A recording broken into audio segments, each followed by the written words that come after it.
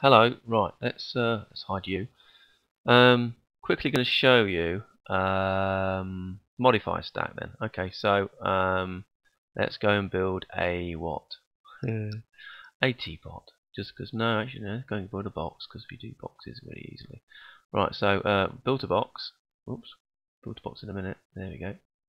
Middle click. There we go, and we'll Alt W, blah blah blah, F4 on. Right, so let's go and add some things. We've done something similar to this before. Let's go and add a taper. Okay, let's go and add a twist. So T for twist. And let's go and add a B for bend.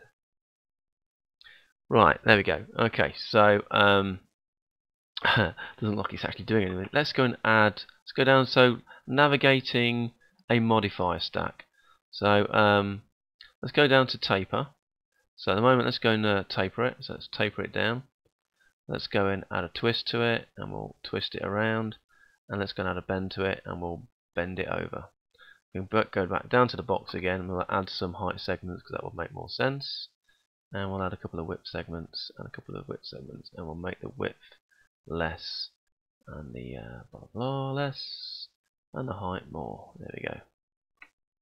So you can see what we've got. So things you can do here are we've got this thing called show end result. So I'm back down at the box level. I can show my end result. If I want to just look at the basic box on its own without all the modifiers switched on, I can turn my end result off. Okay. Now an alternative way of doing that would be to leave end result on and then go and turn each of these modifiers off. But if I've got 10 of them and I just want to go and check this, then it's, you know, click, click, click. I want to see what the box looks like. Right, so click, click, click, and there might be 10 clicks to do that. So this is a quick way to check where you are.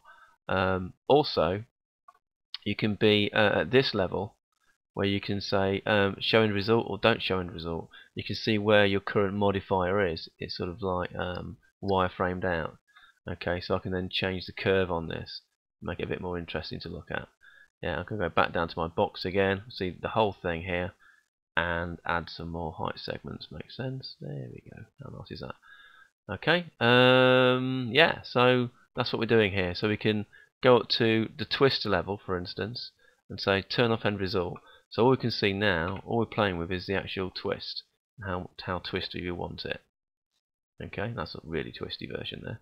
And then the other thing to look at is the gizmo. So I can change my gizmo, the location of it, where it's going to start and stop.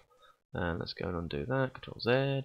Oh, I could go down to my taper gizmo here and say, well, actually, you know, taper, I only want it to start wherever, or I want to go and animate my taper happening as well. So I can just move that over, switch on the old auto key, just shift it, and then I can move my gizmo, and that gets animated. If we can move that around, there you go. Okay, switch auto key off, and we get my gizmo shifting around. Okay, so animating the gizmos, I can even change the center of my gizmo as well, so I can move that also. Okay, just to give you an idea. So under modifiers, there's the show end result, which is a good idea. There's the muting of each modifier on and off, and then there's the sub-object level of each modifier. So I can change my center again here and shift that over and really ruin that mesh, just to show you what we're doing. And that, I think, covers that. So that's modifiers and what they sort of do and how they work. The other thing you can do is you can close them back up again, which is nice, and you can collapse them as well. So I can go right and click on this, and I can say collapse to. That's going to collapse it and go cheers, and that's collapsed down to an editable mesh. So I can get rid of them if I want to. Control Z that, or I can say this guy here. I can say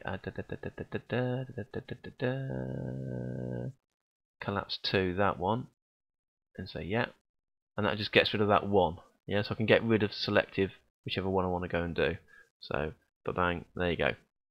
And I can reorder things as well. So I can click on this and drag that down to the bottom, and this is a twist first.